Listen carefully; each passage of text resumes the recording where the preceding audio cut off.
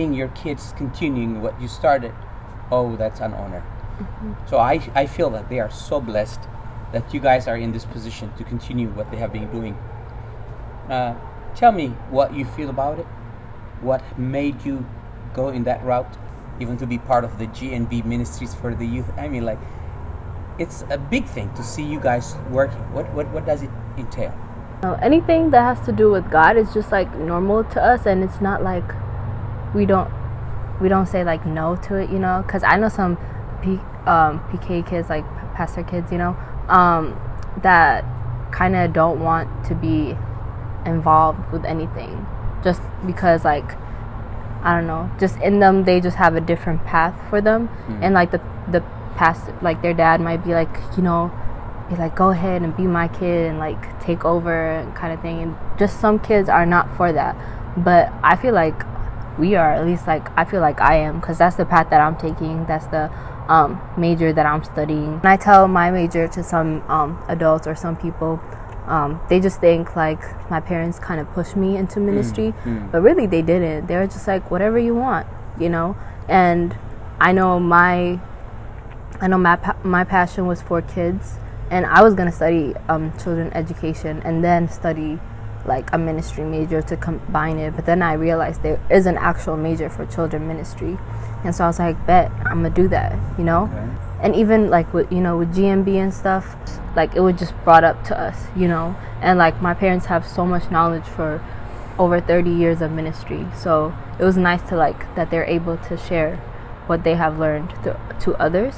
And then the fact that they wanted a children version of it, so then we started a youth ministry, and that was pretty cool as well. My mom would always tell us like, you guys are gonna serve the Lord. And it wasn't just like, okay, yeah, mom, whatever, but like it was in us too, so we were really up for it. But what was hard is the fact that all eyes would be on us, so like whatever we do, it was like, yeah, especially with this guy, that. Man, okay, for me, like I accepted it, like I'm the oldest and like I have to do like, you know, be good and all that.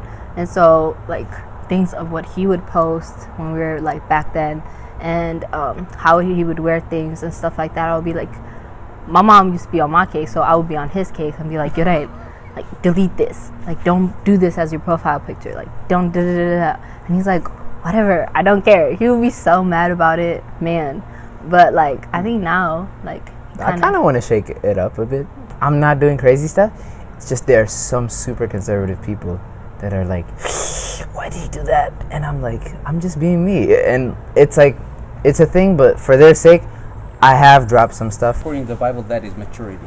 Yeah. Like, you have to care about the feeling of others. Not to make them stumble. Yeah, I'm really not, and I don't see how that makes people stumble, but if it like, does, if it does, I never hesitate to do it too. Wonderful. But for sure, without a doubt, sometimes it's just like it may be a cultural thing, and I'm like, correct. Are y'all serious? But I get that though. I get that for sure. But were you happy growing up that your parents were in the ministry? We were pressured to sing when we were kids. Yeah, I hated that. I hated that. Yeah. I hated that. But then we grew into it because I was like, I don't know about you, but I was always scared to go up on stage and sing. Ugh. Oh my God, I remember the first time, first grade, I actually forgot the word. So like now I'm okay with it, but it's just like as kids, like if you just don't want to do it, you just don't want to do it. And so when you're forced into it, that's just like worse. But I knew I had to do it because of who my parents are and how I'm not supposed to like, you know, shame them or whatever. So I had to do it.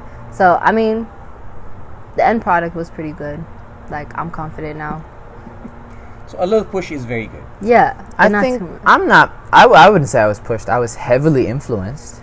Okay. I wasn't pushed because when it comes to ministry, I started to take it super seriously. Like in very recently, actually. Even when we were kids, we would do like a talent show with like our cousins. Among our cousins. And then he would just like cry and he would be like, I no, don't want to sing. I don't. And he had a good voice too, but he would be like, no, I hated it. I'm so bad.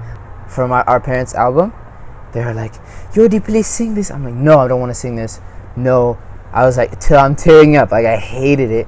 They're like, okay, we'll buy you a game. All right, sign me up. And then I go to the studio, lay down my vocals, boom, I'm done. they did the same thing again, but they're like, we're not going to release this to the public, just for like yourself.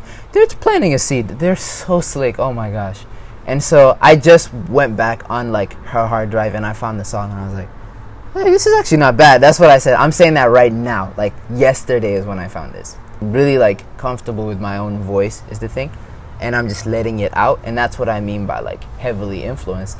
Where do you see yourself 5 years from now? I see myself doing many, different things. Just like, okay, for example, my parents, they're not just singers. They teach, they preach, train, the choir, the worship team, and if it's just like kind of disorganized, they'll like organize it type of thing. And they sometimes like teach the kids, they play with kids, and they have a kids album and all this stuff. It's just like different things. And just like that, like I see myself doing different things. But what I am majoring in and what like my focus on is in children ministry, just because of like the past experiences that I've had. Like I just never had a good Sunday school teacher. Our Sunday school teachers were our parents. Like they're the one that taught us everything about God and all this stuff, and no one else. But some kids, they don't have the opportunity for their parents to teach them about Christ, and so I notice how Sunday school, like the children ministry of most churches, they don't invest so much on them. And like what he said earlier, kids are like sponges. They soak up everything like you tell them, or like what they see and all.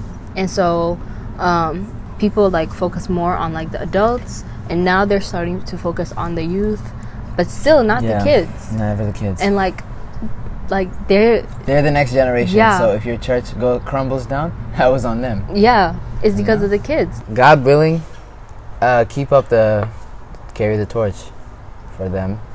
I also definitely want to, like, I'm seeing the music thing in me like really bloom. And just as far as that's concerned, yes, just the ministry, music, and education. Is rap the right way to use it for the gospel? Anything can be used. Anything. The artist gives it religion, in my opinion. Because as far as it's concerned, the gospel is what? God so loved the world. He gave his only son. And sometimes the music doesn't have to be like, it should be for God's glory, of course. And that's the main point. But at the same time, you should be the living, the walking example. You're the ambassador. Correct. You are the walking gospel. You're the byproduct of it. Correct. So, just your presence sometimes can stir it up enough, is what I'm saying. But at the same time, your music should resonate it. Exactly. There should be substance there- into it, though, because like My stuff definitely has substance. it has very good. For sure. No matter what.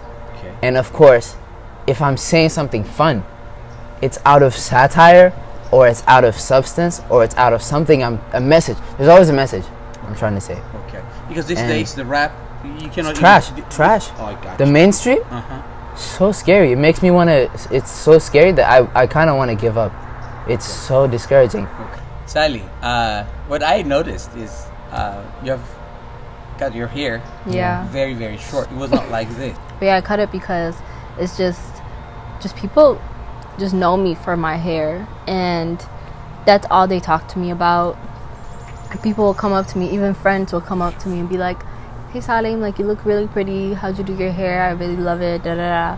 And I'll tell them how I did it and give them information. Both guys and girls would ask me about this, and that'll just be the end of the conversation. Like there's nothing more. Like they don't want her. They want her hair. Yeah. Not her. So that's just it, like I can't talk to them about them because they're already gone. They don't ask me about me. Like sometimes I just feel like am I just like, am I stupid? Can you talk to me more things, just like rather than just hair, like I didn't want my identity into being in my hair. Like there's more to me.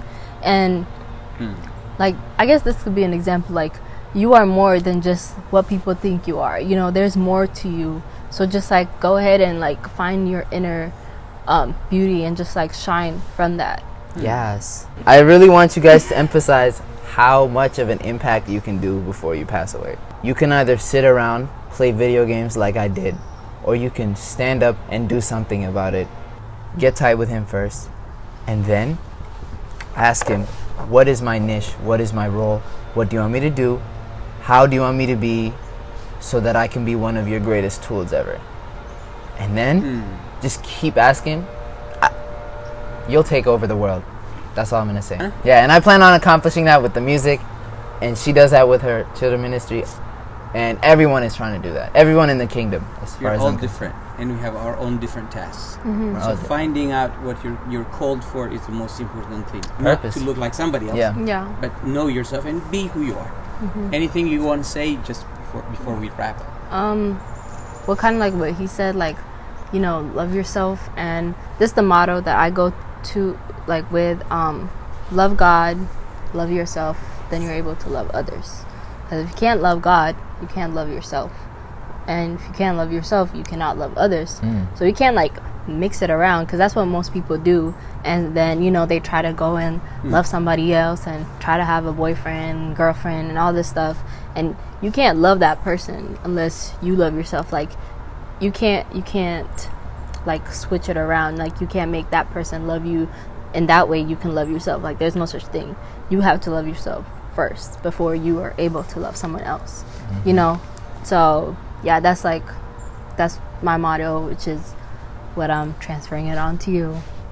I cannot thank you enough. Really, we have learned a lot of things. You have a lot of wisdom, and trust me, as you grow older, there will be much, much more.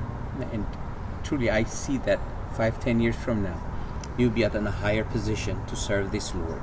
And again, 10 more years, you will be at a higher level. So I'm glad you started serving Him from childhood. And thank you for your time. I really want to thank you.